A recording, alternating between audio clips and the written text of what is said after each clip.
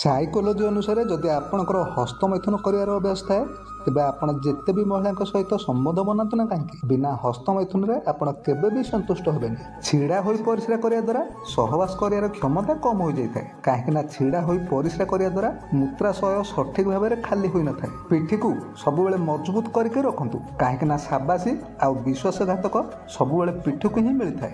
ମନୋବିଜ୍ଞାନ ଅନୁସାରେ ଯେଉଁ ନାରୀ ପୁରୁଷର ଯନ୍ତ୍ର ଉପରେ ବସି ସମ୍ବନ୍ଧ ବନାଏ ସେ ନାରୀ ଖୁବ୍ ଶୀଘ୍ର ସନ୍ତୁଷ୍ଟି ଲାଭ କରିଥାଏ। ସାଇକୋଲୋଜି ଅନୁସାରେ ଯେଉଁ ପୁରୁଷ ଅଧିକ ଖରାପ ଫିଲ୍ମ ଦେଖନ୍ତି ବା ଅଧିକ ସମୟ କେବଳ ସହବାସ ବିଷୟରେ ଚିନ୍ତା କରନ୍ତି ସେ ପୁରୁଷ ମାନସିକ ଭାବରେ କମଜୋର ହୋଇଥାନ୍ତି।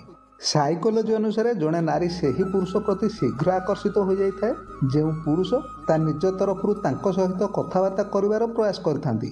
ସାଇକୋଲୋଜି ଅନୁସାରେ ଯେଉଁ ପୁରୁଷଙ୍କର ଗୁପ୍ତାଙ୍ଗ ଅତ୍ୟନ୍ତ ଦୁର୍ବଳ ଏବଂ ଶୀଘ୍ର ଉତ୍ତେଜିତ ହେଉନଥାଏ ସେ ଶାରୀରିକ ସମ୍ବନ୍ଧ ବନେଇବା ପୂର୍ବରୁ ନିଜ ଗୁପ୍ତାଙ୍ଗରେ ସୋରିଷ ତେଲକୁ ମାଲିସ କରିବା ଉଚିତ। ପରିଶ୍ରମ କରି କମାଅ, ଆଉ ସେ ପର୍ଯ୍ୟନ୍ତ କମାଅ ଯେପର୍ଯ୍ୟନ୍ତ କୌଣସି ମହଙ୍ଗା ଜିନିଷ ଆପଣଙ୍କୁ ଶସ୍ତା ନ ଲାଗିଛି। ଜୀବନ ସବୁବେଳେ ଆପଣଙ୍କୁ ଦ୍ୱିତୀୟ ମୌକା ଦେଇଥାଏ, ତେଣୁ ଅସଫଳତାକୁ କେବେ ବି ଆପଣ ନିଜ ଉପରେ ହାବି ହେବାକୁ ଦିଅନ୍ତୁନି। ରିସର୍ଚ୍ଚ ଅନୁସାରେ ସହବାସ କରିବା ଦ୍ୱାରା ବିଷାଦ ଏବଂ ଚିନ୍ତା ଦୂର ହେବା ସହିତ ମୁଣ୍ଡ ବ୍ୟଥା ମଧ୍ୟ ଦୂର ହୋଇଥାଏ। ତନ୍ତ୍ର ବିଜ୍ଞାନ ଅନୁସାରେ ଲଙ୍ଗଡ଼ା ଆମ୍ବର ଚେରକୁ ନିଜ ଅଣ୍ଟାରେ ବାନ୍ଧି ସହବାସ କରିବା ଦ୍ୱାରା ସହବାସ ଅଧିକ ସମୟ ପର୍ଯ୍ୟନ୍ତ ଚାଲିଥାଏ। ସମସ୍ୟା ଆମ ଜୀବନରେ ବିନା କାରଣରେ ଆସିନଥାଏ। ଜୀବନରେ ସମସ୍ୟା ଆସିବା ଏହା ଇସାରା କରିଥାଏ ଯେ ଜୀବନରେ କିଛି ପରିବର୍ତ୍ତନ କରିବାର ଆବଶ୍ୟକତା ଅଛି। କେବଳ ଜ୍ଞାନ ହିଁ ଏପରି ଏକ ଅକ୍ଷର ତତ୍ତ୍ୱ ଯାହା କେବେ ବି କେଉଁଠି ବି ଏବଂ କୌଣସି ବି ପରିସ୍ଥିତିରେ ମଣିଷର ହାତକୁ ଛାଡ଼ି ନଥାଏ।